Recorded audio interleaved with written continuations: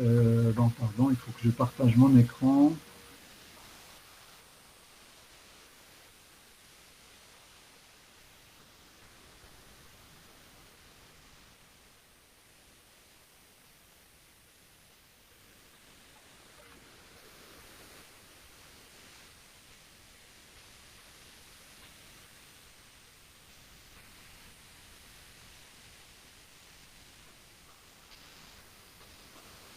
Et,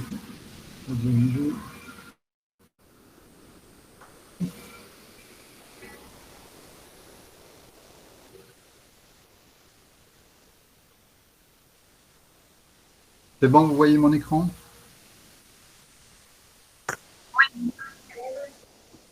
Parfait. Donc, et je reprends un petit peu. Donc, on avait dit, c'est quoi un graphe? Donc, on avait vu qu'il y avait deux concepts, concept orienté, concept non orienté. Donc, on avait dit qu'un graphe, c'est quoi? C'est tout simplement deux ensembles. Donc, l'ensemble des sommets, dans le cas orienté, bien sûr, l'ensemble des sommets est un ensemble d'arcs. Donc, ces deux ensembles sont finis, bien sûr. Donc, l'ensemble des sommets, on représente en général par x. Donc, c'est x1, x2, etc. Et donc, s'il y a x1, x2 jusqu'à xn, ça veut dire qu'il y a n sommets. Ben, le n, en général, on l'appelle l'ordre du graphe. Et vous avez un ensemble aussi fini d'arcs. Donc, un arc, c'est quoi? C'est une paire. En fait, c'est quelque chose qu'on peut représenter comme ceci. Donc, i, c'est égal à x, y. Donc, x, ça va être l'extrémité initiale. Voilà. J'entends encore des gens qui doivent se connecter.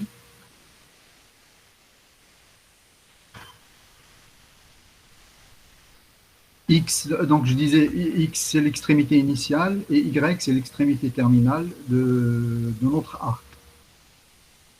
Dans le cas non orienté, ça veut dire qu'on ne parle pas d'arc, mais on parle d'arête. Donc le graphe c'est toujours pareil, c'est-à-dire c'est un ensemble de sommets, un ensemble fini X et un ensemble d'arêtes. Donc une arête n'a pas d'orientation, c'est-à-dire n'a pas une extrémité initiale et une extrémité terminale, mais deux extrémités qu'on peut confondre, si vous voulez. Enfin, pas confondre, mais qu'on peut permuter. Les extrémités, point. E, il peut être vide. Même, la même chose pour U, hein, c'est-à-dire dans les cas orientés ou non orientés, l'ensemble des arcs ou l'ensemble des arêtes peut être vide. À ce moment-là, on n'aura que des sommets qu'on appelle des sommets isolés. Les sommets représentent des objets ou bien des individus, ou bien des entités, si vous voulez. Et les arcs ou les arêtes représentent des relations. C'est des relations binaires, donc c'est une relation qui relie deux objets ou deux individus. D'accord? Ou le lien entre ces différents objets. Donc les arêtes ou les arcs représentent les liens entre les différents objets. Donc j'avais parlé de l'ordre d'un graphe. Donc j'ai dit que c'est le nombre de sommets. Si deux extrémités d'un arc ou d'une arête sont confondues, c'est-à-dire si c'est les mêmes, alors cet arc ou cette arête est appelé boucle. Donc on avait vu dans l'exemple, ici, celui-là, ça c'est une boucle. Donc, pourquoi? Parce que l'extrémité, l'une des enfin les deux extrémités sont les mêmes hein, de cet arrêt. La même chose, si vous voulez, ici. Donc vous avez un arc, mais cet arc, il a l'extrémité initiale et l'extrémité terminale, c'est le même sommet, donc on parle de boucle. Aussi, si deux arcs possèdent les mêmes extrémités initiales, les mêmes extrémités terminales, on parle alors d'arcs parallèles. C'est la même chose aussi pour les arêtes. Hein. C'est-à-dire si on a des arêtes qui ont les mêmes extrémités, à ce moment-là, on parle d'arêtes qui sont parallèles. Soit un arc U égale à XY, donc respectivement une arête, E égale à XY aussi. Donc si X et Y sont les extrémités d'un arc ou d'une arête, on dit qu'ils sont adjacents. C'est bon, vous m'entendez? Parce que là, c'est le silence total, donc j'espère que ce n'est pas une coupure. Non, Non, monsieur, on non. vous entend. Très bien. Donc, pour le cas de l'arc, très bien. Pour le cas de l'arc U, X est dit prédécesseur de Y et Y est dit successeur de X. Donc, c'est des choses qui sont un peu évidentes. Hein, c'est-à-dire, X et Y sont dits adjacents quand ils sont extrémités d'un même, d'une arête ou d'un arc. Et bien sûr, si on parle d'un arc, X est dit prédécesseur de Y, parce que vous avez U, c'est l'arc qui relie X vers Y. D'accord? Donc, X est dit prédécesseur de Y. Et Y est dit successeur de X. C'est des choses évidentes, mais il faut les connaître. Après, on parle de l'ensemble des successeurs de X. Donc, on représente ça par gamma plus de X. Donc, c'est l'ensemble des Y, l'ensemble des sommets, tels que X, Y appartient à U. Donc, si vous avez des arcs X vers Y, donc, tous les Y qui sont, si vous voulez, successeurs de X, ça représente l'ensemble des successeurs de X. De la même manière, on peut avoir aussi l'ensemble des prédécesseurs de X.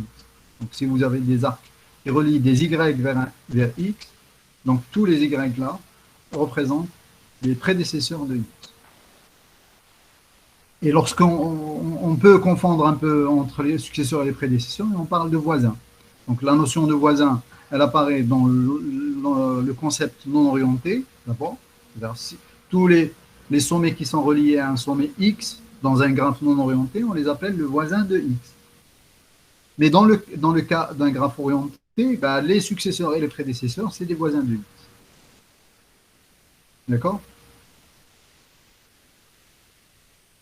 Donc, représentation d'un graphe, on parle de représentation graphique d'abord, c'est sous forme de dessin si vous voulez. Donc, en général, les sommets sont représentés par des points ou par des cercles.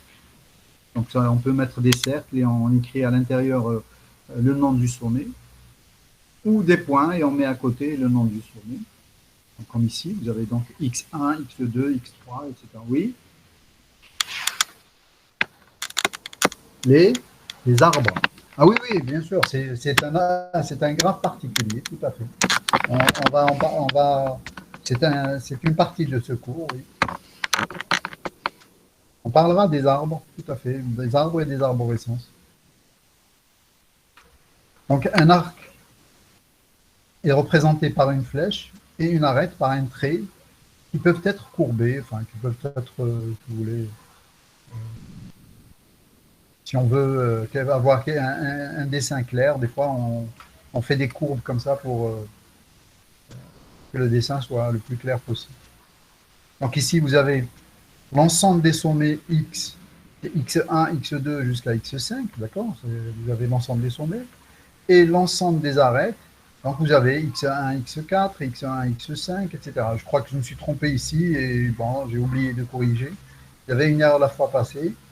Il y avait X1, X5, X1, X2, oui, X1, X5, 4, X1, X5, X1, X3 qui n'apparaît pas. Et comme je ne suis pas sur mon PC habituel, donc ici je n'ai pas la tech, donc je ne peux pas corriger. Donc je corrigerai une autre fois encore.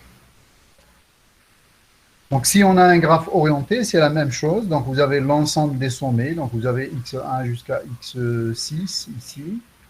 Et vous avez l'ensemble des arcs, donc x1, x6, vous avez x2, x5, x3, x2, x3, x4, x3, x6, et ainsi de suite. Donc, et vous avez la boucle, par exemple, x4, x4.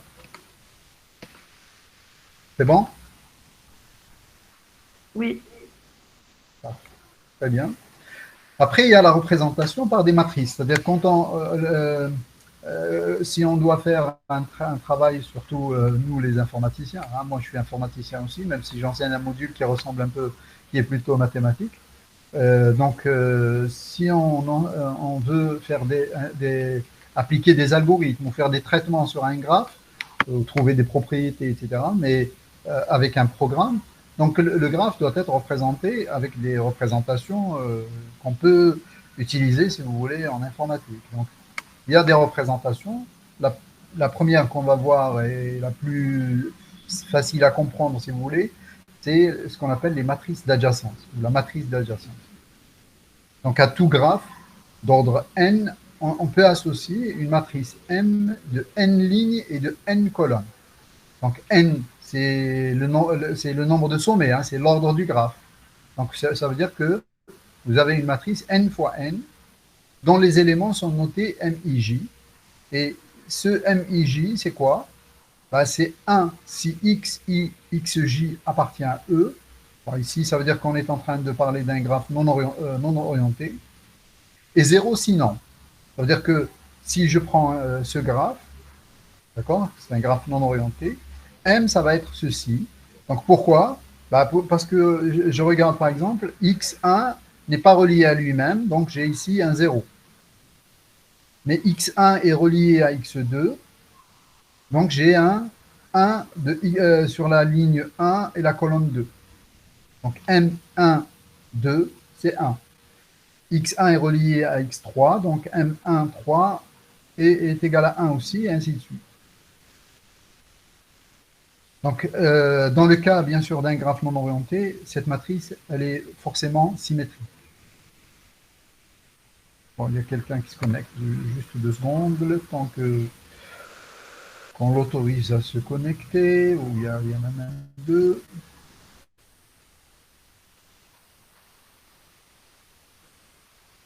Voilà. C'est bon? Vous avez compris pour la matrice d'adjacence? C'est le cas de tout le monde?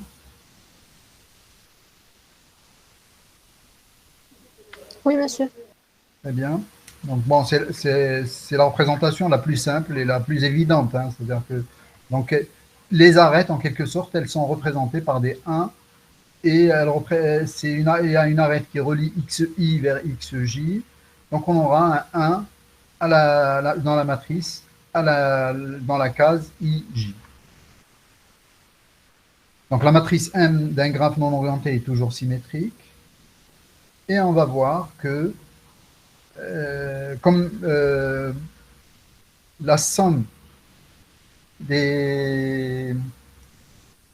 puisqu'elle est symétrique, la somme de i vers i allant de 1 à n de mik, d'accord, pour un k donné, d'accord, est égale à la somme de mkj pour j allant de 1 à n, puisque c'est-à-dire qu'ici je compte quoi? Je compte les éléments d'une même colonne, n'est-ce pas? Et ici, de la colonne K, bien sûr. Et ici, je compte les éléments de la ligne K. Donc, tous les éléments de la ligne K. Comme la matrice, elle est symétrique, donc ces deux sommes, elles sont égales. Elles sont égales en fait, au degré de K. Est-ce qu'on a parlé du degré? Non, on n'a pas encore parlé. Non, ce n'est pas le nombre de sommets.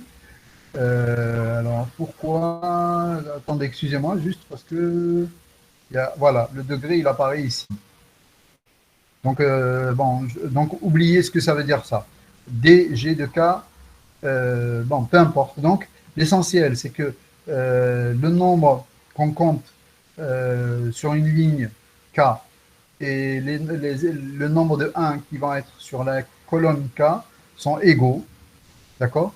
Et s'il y a une boucle, bah, elle va être comptée dans les deux, donc, parce qu'elle reliera, elle est sur la diagonale, donc elle va apparaître dans la ligne K et dans la colonne K.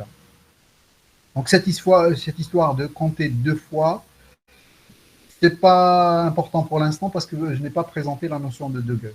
Donc la notion de degré, elle apparaîtra tout à l'heure. Monsieur, Oui.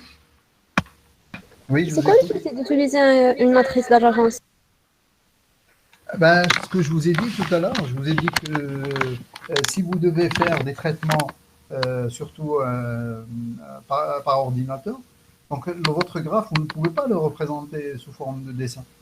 Donc vous devez le représenter sous forme d'une structure de données que vous pouvez utiliser en informatique, sur un langage de programmation, sur un ordinateur. D'accord? Donc ce graphe-là, je le représente, ce graphe qui est là, je le représente par cette matrice. Et je peux maintenant, ayant cette matrice, je peux faire des traitements avec un algorithme, avec un programme. C'est clair? Ça répond à votre Ah question? oui, oui, oui, monsieur, merci. Que là, c'est bon pour moi qui suis un humain de voir un peu un dessin. Parce que pour les humains, on dit bien que un bon dessin ou un bon schéma ou une bonne image vaut mieux qu'un long discours. D'accord? Mais pour un ordinateur, ce dessin, bah, c'est très, très, très compliqué de le déchiffrer. Bon, il y a des algorithmes qui pourraient, enfin, des programmes qui pourraient déchiffrer ça, mais c'est pas le but. Ici, le but, bien sûr, c'est de faire des traitements euh, sur un graphe. Bah, si je dois faire des traitements, autant le représenter par des structures qui sont faciles à manipuler par un ordinateur. C'est bon? Oui, monsieur. Merci. Donc nous disions que la matrice était symétrique, que la somme d'une ligne K est égale à la somme de la colonne K, bah, c'est normal parce qu'elle est symétrique. Si le graphe est orienté, cette fois-ci, la matrice elle n'est pas nécessairement symétrique. Donc c'est la même chose. Donc MIJ est égal à 1 s'il y a un arc qui relie le sommet I vers le sommet J. Donc vous voyez qu'ici, ce n'est pas symétrique. Vous voyez que cette ligne n'est pas égale à cette colonne. Et cette ligne n'est pas égale à cette colonne, et ainsi de suite. Donc si vous avez ce graphe, donc, qui est un graphe orienté, donc vous pouvez voir que, par exemple, x1 est relié seulement à x6. Donc vous avez un 1 dans la ligne 1 et colonne 6. x2 est relié à x5, donc c'est la même chose. Donc vous avez dans la ligne 2 un élément qui est égal à 1 à la ligne 2 et à la colonne 5. x3 est relié à x2, x4 et x6. Donc x2, là, c'est là, x4 il est là, et x6 c'est là, et ainsi de suite. Donc voilà pour la matrice d'adjacence, dans le cas orienté et dans le cas non orienté.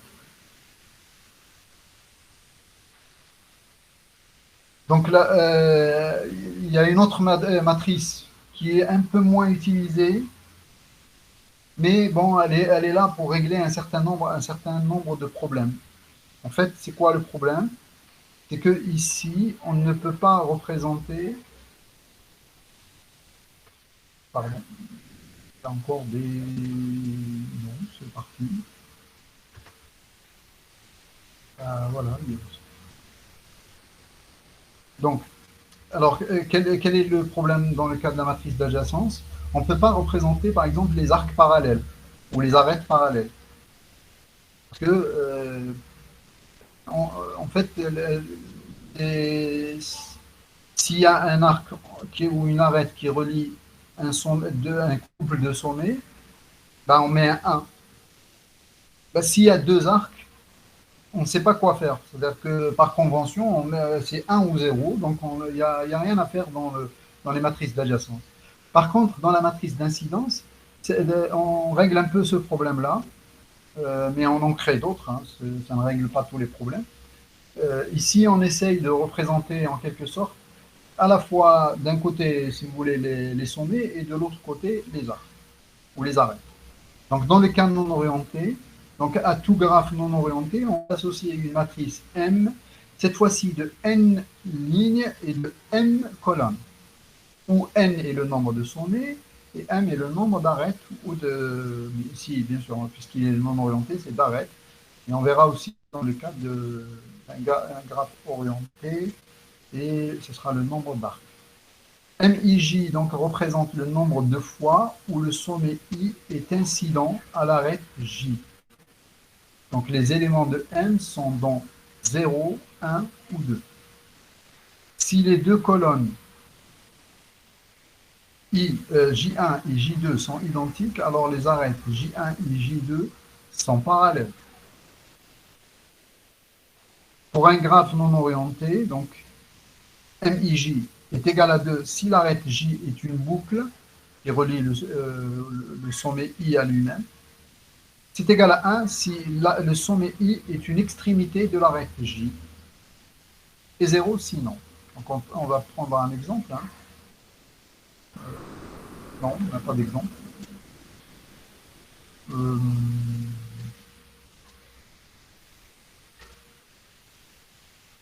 on n'a pas d'exemple.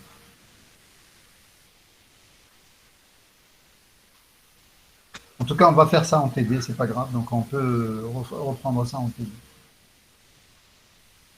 Donc, je passe. Donc pour le cas orienté, donc on peut associer à une matrice M de n lignes et m colonnes, donc un graphe, où n est le nombre de sommets, m c'est le nombre d'arcs. Alors MIJ cette fois-ci est égal à 1 si le sommet I est une extrémité ou est l'extrémité initiale de l'arc, pardon. Si c'est pas de l'arête, mais de l'arc J. Ça c'est le copier-coller qui fait ça. Et c'est moins 1 si le sommet I est l'extrémité terminale de l'arc J. Et 0 sinon. Ok. Bon. Oui. Monsieur, dans le cas d'une boucle, ici, dans le graphe orienté, qu'est-ce qu'on va mettre? J'ai pas très bien compris. Dans le cas de.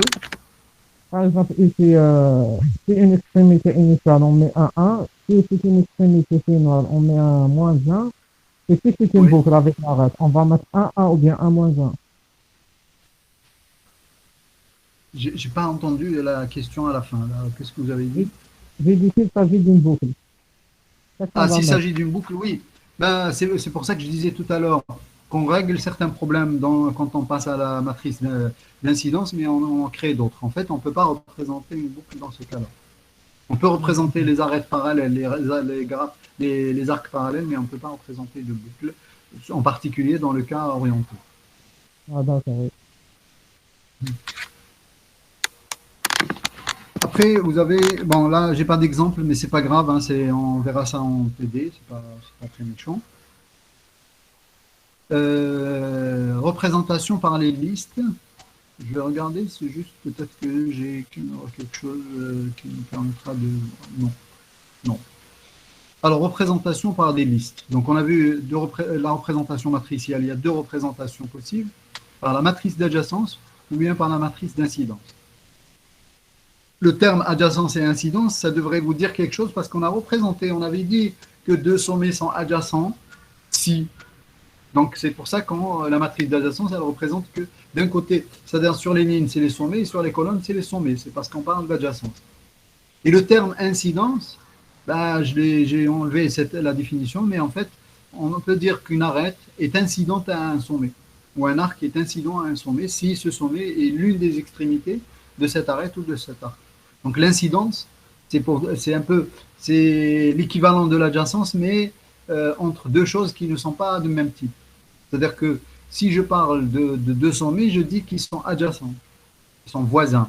Donc ils relient la même arête. Je peux aussi même parler de deux arêtes qui sont adjacentes si elles ont une extrémité commune. Par contre, on parle d'incidence si on dit qu'une arête, elle est incidente à un sommet et réciproquement. Un sommet est incident à une arête. C'est-à-dire que c'est deux choses différentes. Donc ça, c'était pour les matrices. Donc on a vu la matrice d'adjacence, matrice d'incidence.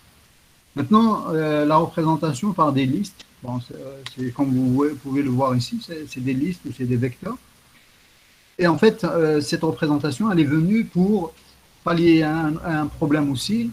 C'est que dans les matrices, on a beaucoup d'éléments nuls. Et donc, si vous voulez, ça veut dire que la matrice, elle occupe beaucoup d'espace pour très peu d'informations. Si vous remarquez, si vous regardez cette matrice, ben, il y a quelques éléments qui sont non nuls, mais beaucoup d'éléments sont nuls. Pourtant, le graphe, il a l'air un peu dense. Et la matrice, elle n'est pas très dense. D'accord? Donc, pour ne pas représenter tous les éléments bêtement qui existent ou qui n'existent pas, donc on est passé à une autre représentation qu'on appelle la représentation par les listes. Donc, à tout graphe orienté, bon, on commence par les orientés, les graphes orientés, G égale à XU, avec cardinal de X égale à N, cardinal de M, de U égale à M, c'est-à-dire le nombre de sommets et le nombre d'arcs. on peut associer deux tableaux. On peut appeler ça vecteur. PS et LS. Faites P comme pointeur et L comme liste. Donc, PS, c'est le tableau de pointeurs qui comporte n plus 1 élément. Donc, n, c'est le nombre de sommets. Donc, PS comportera n plus 1 élément. Ou PS de I pointe. En fait, il nous donne en quelque sorte l'index. L'index dans LS, c'est-à-dire l'élément dans LS qui contient le premier successeur du sommet I. Donc, PS de I pointe sur le premier successeur du sommet I dans la liste LS. Vous allez mieux comprendre tout à l'heure quand on va traiter l'exemple. Donc, on pose PS de 1 égale à 1 et PS de n plus 1 égale à n plus 1. On va comprendre pourquoi. Pour la première, c'est un peu évident. Pour la deuxième, on va comprendre. Parce qu'il y a une règle pour le calcul, pour un certain calcul. Et donc, pour tout n supérieur, pour tout i, pardon, qui est compris entre 2 et n, je ne sais pas pourquoi j'ai mis les choses à l'envers, PS de i égale à k, où k, PS de i égale à k, où k est égal à PS de i moins 1 plus le nombre de successeurs. Ah oui, d'accord. Le nombre de successeurs de i moins 1 du sommet i moins 1. Bon, c'est une formule, je ne vais pas vous demander de la prendre, on va la comprendre à travers l'exemple. En fait, où est-ce que je vais placer les successeurs d'un sommet parce que vous remarquez que PS de 1 est égal à 1.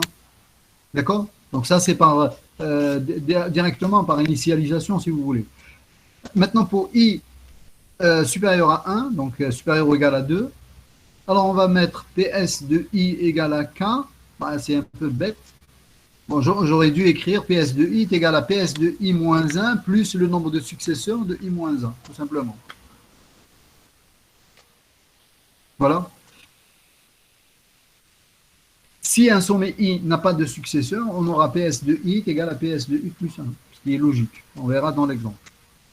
LS, donc c'est le tableau de M éléments où les successeurs d'un sommet I se trouvent dans LS entre la case indiquée dans PS de I et la case PS de I plus 1 moins 1. Donc, tout ça, c'est du chinois. Vous allez mieux comprendre avec l'exemple. Allez, prenons l'exemple. Donc, moi, j'ai deux vecteurs, PS et LS. Dans LS, je vais mettre la liste des successeurs. Et dans PS, je vais mettre les pointeurs ou les index, si vous voulez, qui m'indiqueront où se trouveront mes successeurs. Donc, si vous voulez, ce que j'ai ici, 1, 2, 3, etc., jusqu'à 6, parce que ici, on a dit que le graphe, il comporte combien de sommets? Vous pouvez me répondre là? Il comporte 6 sommets. On a dit que PS devrait comporter n plus 1 cases. Donc ici, on a mis 7 cases, ce qui est logique. Si on compte le nombre d'arcs, on trouvera exactement 9, parce qu'on a dit que LS, dans la représentation, doit comporter exactement m cases. Donc si on compte le nombre d'arcs ici, on compte bien sûr la boucle aussi, mais on la compte une seule fois. Donc on trouvera exactement 9 arcs, donc il y a 9 cases ici.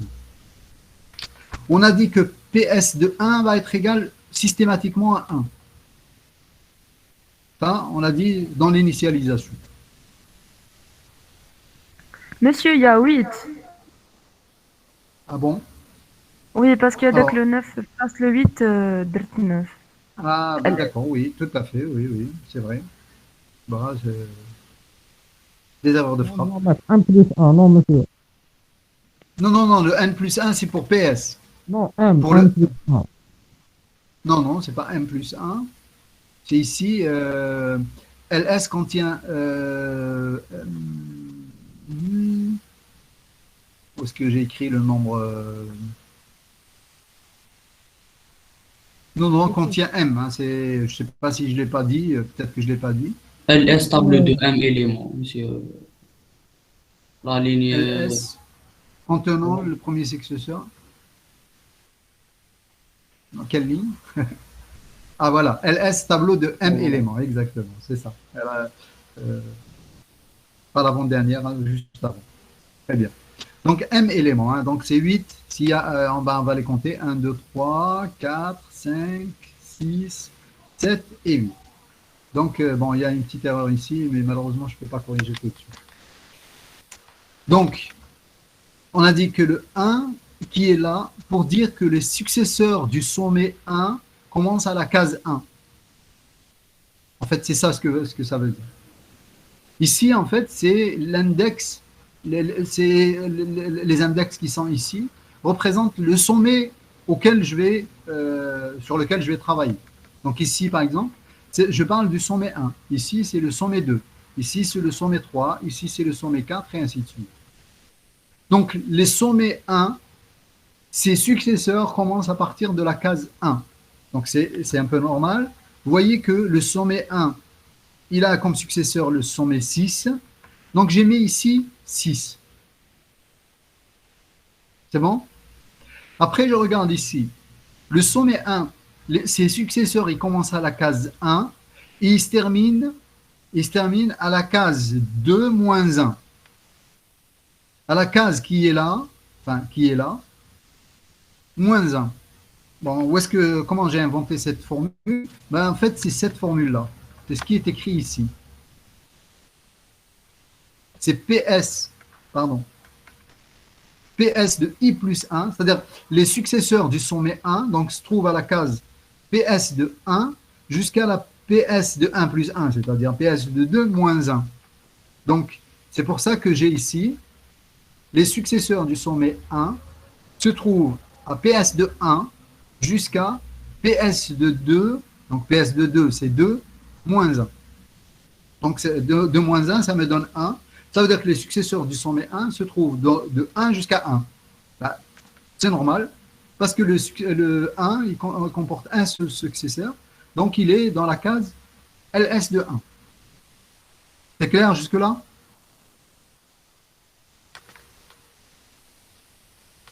J'ai pas de réponse, ça veut dire que c'est pas clair. Je recommence. Ça, c'est... Est-ce que vous m'entendez déjà? Je suis pas en train de parler dans le vide, au moins. D'accord. J'ai dit que ce qu'il y a là au-dessus, ça représente les sommets. Ça, c'est le sommet 1, le sommet 2, le sommet 3, etc. Donc, ce qu'il y a dans les cases, dans PS, ça représente des pointeurs, ou si vous voulez, l'index. L'index où? Dans LS. C'est-à-dire que quand je cherche les successeurs du sommet 1, je vais les trouver à partir de la case 1 jusqu'à LS de 2. Les LS de 2, c'est quoi? C'est 2. Pardon, PS de 2. PS de 2, c'est 2 moins 1. C'est la formule qu'on a vue tout à l'heure. Pourquoi moins 1? En fait, parce que tout simplement, PS de 2 va représenter aussi le début des successeurs du sommet 2. C'est-à-dire que les successeurs du sommet 2, ils vont commencer à la case 2. Donc, juste avant, donc à 2 moins 1, se terminent les successeurs du sommet 1. Vous avez compris? Donc, vous avez les successeurs du sommet 1 sont à partir de la case 1 jusqu'à 2 moins 1. Les successeurs du sommet 2 commencent à la case 2 jusqu'à 3 moins 1. Les successeurs du sommet 3 commencent à la case 3 jusqu'à 6 moins 1. Monsieur, c'est quoi une case? Ah ben, les cases qui sont... Bon. Je vais c'est comme, imaginez que ce vecteur-là, LS est vide, complètement vide. Hein. Donc, imaginez-le, ne voyez pas les nombres qu'il y a à l'intérieur. Je commence par le sommet 1 et je vais commencer à placer ses successeurs. C'est quoi le successeur du sommet 1? Je vous écoute? C'est le sommet 6. Donc, je place ici 6. Est-ce que sommet 1 possède d'autres successeurs? Non. Ah non, Non. il n'y a pas d'autres successeurs. Je passe au sommet 2. Quels sont ses successeurs? 5. 5, d'accord. Cinq. Donc, je viens ici. Ben, la prochaine case qui est vide, c'est la case 2. Je mets le 5 ici et je mets le 2 ici. C'est bon? Ok. Et le sommet 2, il n'a qu'un seul successeur, donc je m'arrête là. Je passe au sommet 3. Vous êtes d'accord avec moi que pour l'instant, j'ai mis 6 et 5, et tout ça est vide hein, pour l'instant, pour nous. Hein. Donc je passe au sommet 3. Le sommet 3, combien de successeurs il a? 3. 3. 3, donc c'est le 2, 6 et 4. Exact. Donc je mets ici 2, 6 et 4. Bon, je ne les ai pas mis dans le même ordre, donc j'ai mis 6, 2 et 4. Donc où commencent les successeurs du sommet 3? Ben, ils commencent à la case 3. Donc j'ai mis 3 ici, parce que les successeurs du sommet 3, ils commencent ici. 6, 2, 4. Ok. C'est bon? Ok. Ah oui. Maintenant, je passe Oui. le sommet 4. Le sommet 4, Ok. combien de successeurs il a? Oui? Il a Ok, deux j'ai successeurs. compris. Il y a quelqu'un qui a une question. Oui? Ok, lorsqu'on a plusieurs successeurs, sur quels critères on met l'ordre? C'est-à-dire pourquoi on a commencé par le 6, pour le successeur de Peu 3. importe. Non, non, peu importe. Peu importe. J'aurais pu commencer par 2 ou 4, peu importe. C'est-à-dire, j'ai mis ça, c'est pour dire qu'il n'y a pas un ordre particulier. 2, 6, 2, 4, j'aurais pu mettre 2, 6, 4 ou peu importe. Ça n'a D'accord, pas d'importance. comme on dit. L'essentiel, c'est d'avoir. L'essentiel, c'est que le but de cette représentation, c'est d'avoir la liste des successeurs. Moi, je peux l'avoir, la liste des successeurs, à partir de la case 3. D'accord? Donc, j'ai 6, 2, 4. Et où est-ce que ça s'arrête? Ben, ça s'arrête justement. Vous voyez ici, il y a un 6 qui me dit que prochain sommet, il a ses successeurs qui commencent à la case 6. Donc, le sommet 3, ses successeurs s'arrêtent à 6 moins 1. Parce que à 6, c'est le prochain sommet. C'est les successeurs du prochain sommet. C'est bon? Donc ici, on va D'accord, voir que le d'accord. sommet 4, qui a combien de successeurs, vous m'avez dit? 2. 2. 2. Il a x2 et il a lui-même. D'accord? Donc on voit bien que le sommet 4, ses successeurs, ils commencent à la case 6, donc ici, et il a deux successeurs, 4 et 2. Donc les successeurs s'arrêteront à 8 moins 1. C'est 8 moins 1. Donc c'est, bon, c'est pas 9, hein, c'est 8 ici. 8 moins 1, donc 7. Vous voyez que ses successeurs commencent à 6, ils s'arrêtent à 7. Donc de 6 à 7. Ensuite, le sommet 6. Le sommet 6, il a un successeur, c'est x5. Voilà, il commence à la case 8. Donc j'ai mis ici 8. Et bon, ici ça devrait être 8. Donc il a le successeur qui est 5. Et j'ai fini. En fait, le PS de n plus 1, on a dit qu'il est toujours à PS de n plus 1 est égal à n plus 1. Donc ici, on a mis 9 au lieu de... Parce que ici, c'est 8. Donc 9. C'est pourquoi on a mis ce 9? C'est pour que notre règle fonctionne toujours. C'est-à-dire que notre règle de calcul, c'est que pour savoir où se trouvent les successeurs de 6, ça va être 8 jusqu'à 9 moins 1, qui est 8. Donc les successeurs de sommet 6, qui est x5, pardon. D'accord? X5 se trouve à la case 8 jusqu'à la case 9 moins 1, qui est 8. Donc de la case 8 jusqu'à la case 8. C'est clair? Oui? Oui?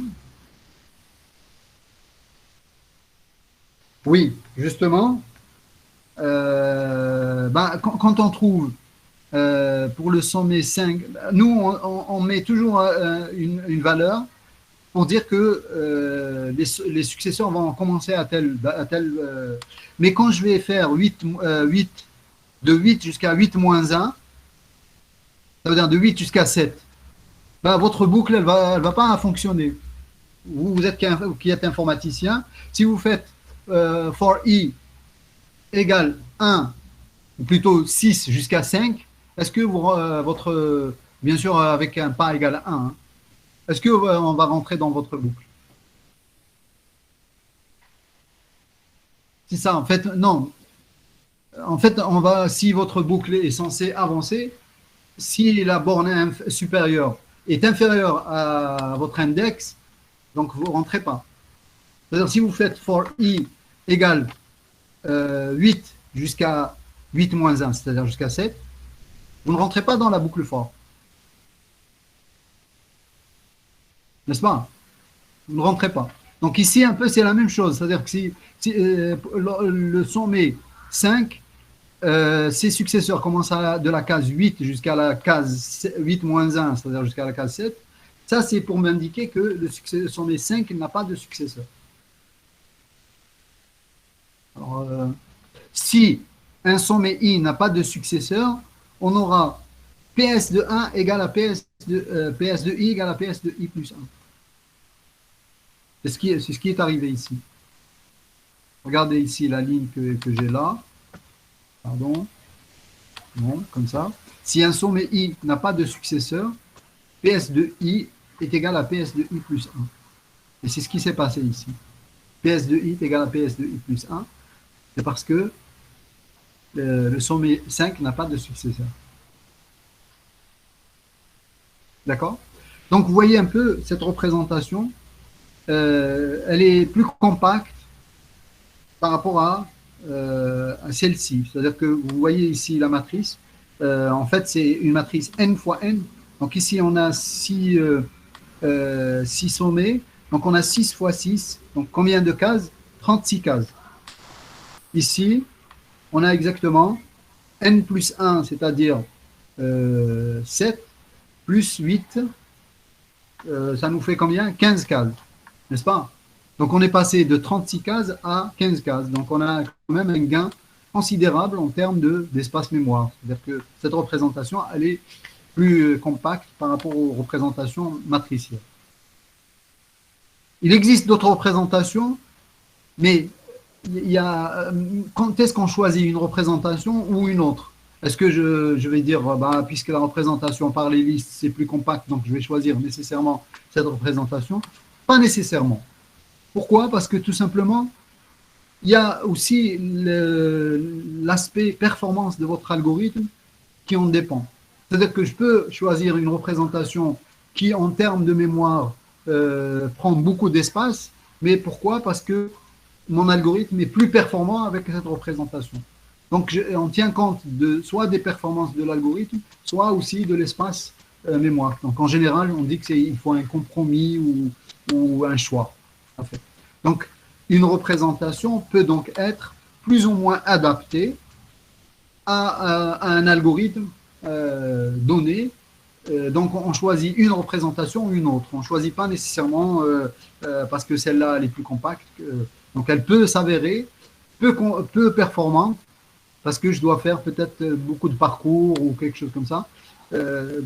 Surtout si mon graphe il est beaucoup plus dense que ça ou s'il a d'autres propriétés. Peut-être que j'irai par la représentation matricielle au lieu de la représentation par les listes. Mais si cette représentation m'arrange, je l'adopte bien sûr. Oui? Monsieur, là, dans notre exemple, pour le PS, normalement, on doit remplir la case 6, PS de 6 avant 5. La case 6 avant 5?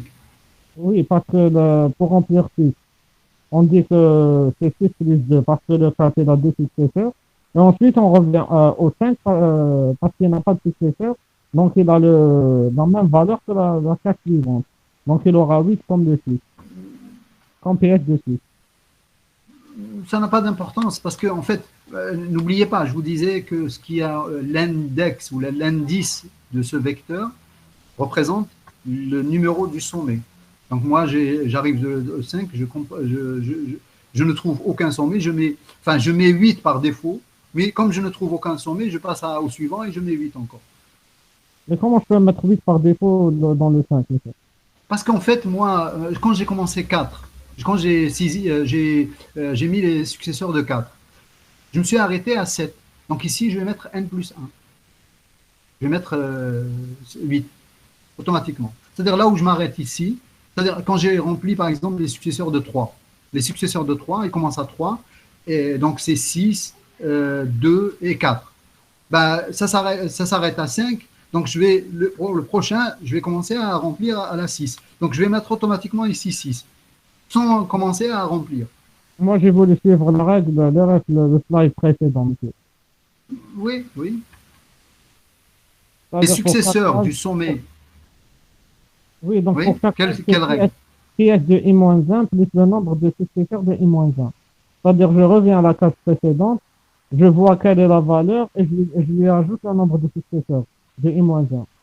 Oui, oui, ça marche.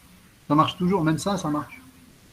Ah, Parce que d'accord. si vous revenez ici, c'est-à-dire que ici, le 5, c'est PS de 6 plus le nombre de successeurs, pardon, PS de 4,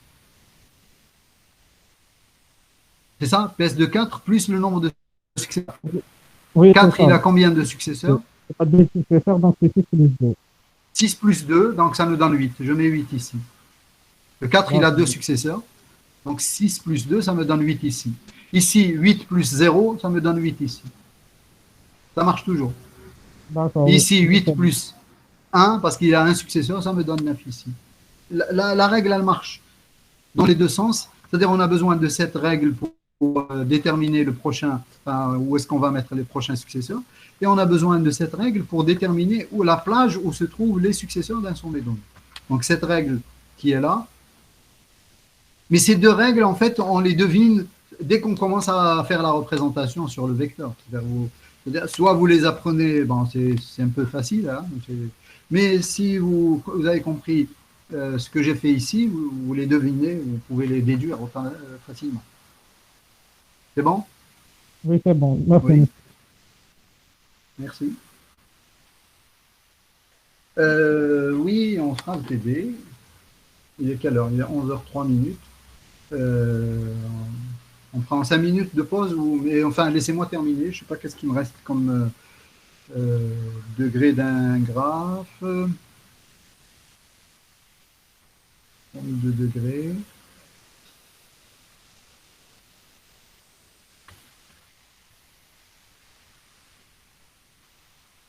Bon. Parce que là, on n'a pas commencé à l'heure, donc vu déjà que j'ai eu un problème avec la plateforme, et donc laissez-moi un quart d'heure, j'avance encore en moins, je fais cette notion de degré. Et on va prendre après une petite pause de 10 minutes et on prend le cours, on fait le cours après. J'ai pas très bien compris ce que vous vouliez dire dans le mail. Vous m'avez parlé d'une demi-heure. Vous pouvez m'expliquer exactement ce que vous vouliez dire? Allô, allô? Oui, qu'est-ce que vous voulez dire dans le mail en me disant une pause d'une demi-heure? La pause, c'est 10 minutes, mais pas une demi-heure, c'est entre midi et 1 heure. Ok. Bon, passons maintenant à la notion de degré, degré d'un graphe, bon, les degrés au pluriel, parce qu'en fait, le degré correspond plutôt à un sommet.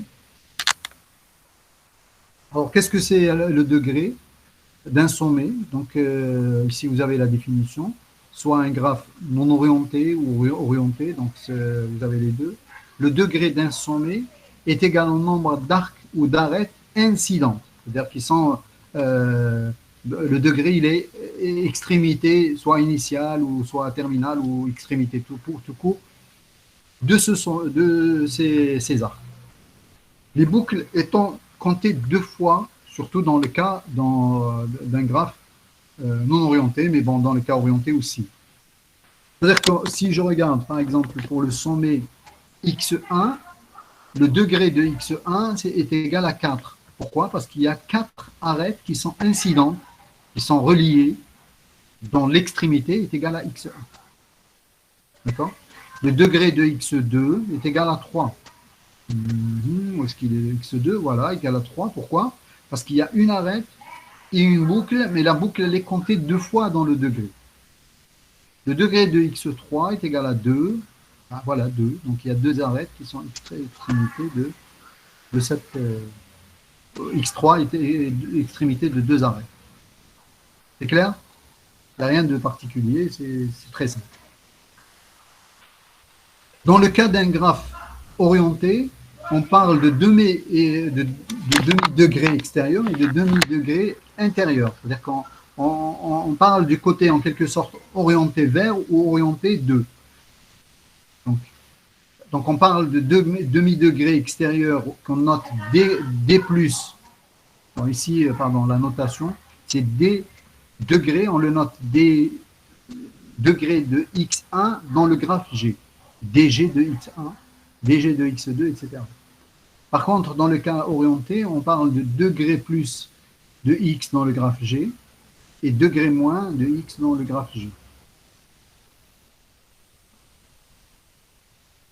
Une seconde, s'il vous plaît.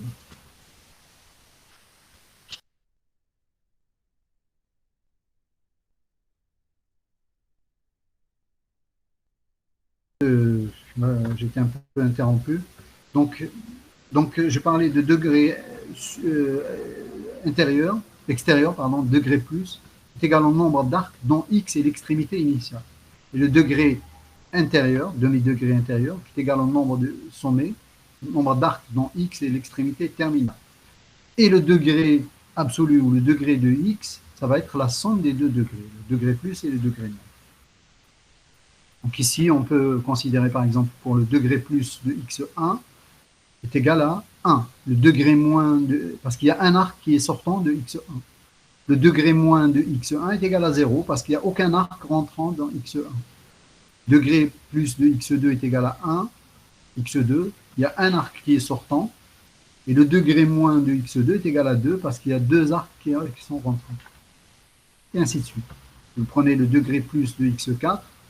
Il y a un arc rentrant et la boucle, donc elle est comptée en tant que rentrant une fois.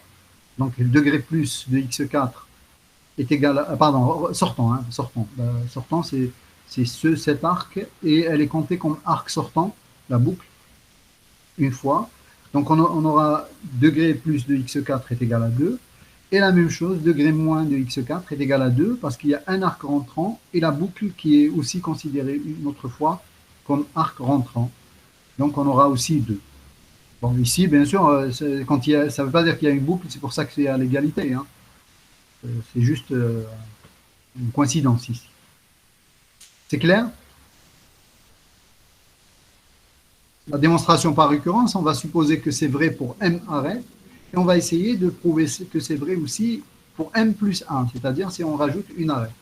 Donc supposons que cette égalité est vraie, donc la somme des degrés pour tous les sommets est égale à 2m, 2 fois cardinal de E, et m. Hein.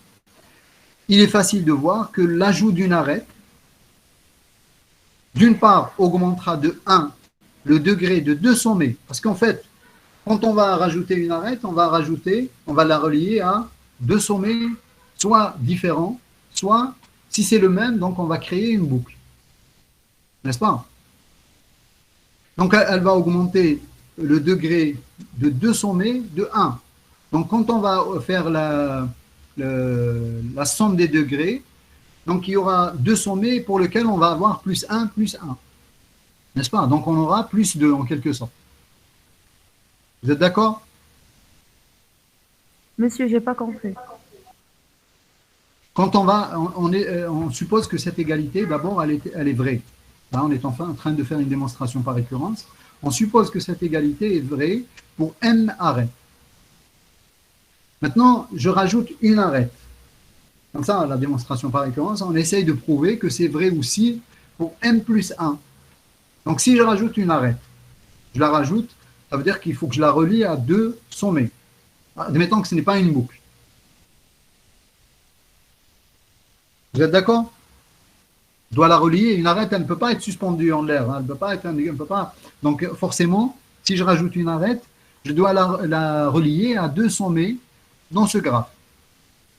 Est-ce que vous êtes d'accord avec moi? Oui. D'accord. Donc, ces deux sommets-là, on va les appeler x et y. Donc, le degré de x, il va augmenter de 1 et le degré de y, il va augmenter de 1. Parce que j'ai rajouté une arête. Vous êtes d'accord avec moi? Oui, monsieur. D'accord. Donc, quand je vais faire la somme des degrés, et tous les autres sommets, leurs degrés ne changent pas, sauf x et y, les deux vont augmenter de 1 chacun. Donc, dans le total, je vais avoir plus 2 au total. Est-ce que vous êtes d'accord?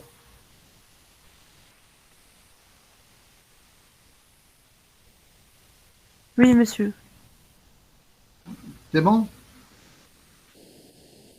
Donc, on a vu que la somme des degrés, donc elle augmente de 2. D'un autre côté, m, puisque j'ai rajouté une arête, donc a augmenté de 1.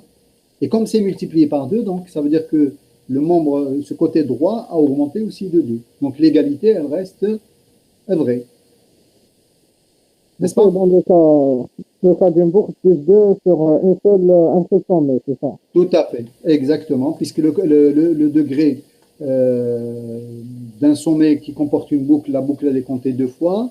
Donc si on a rajouté une boucle, donc le plus 2, il va concerner le sommet auquel on a relié la boucle.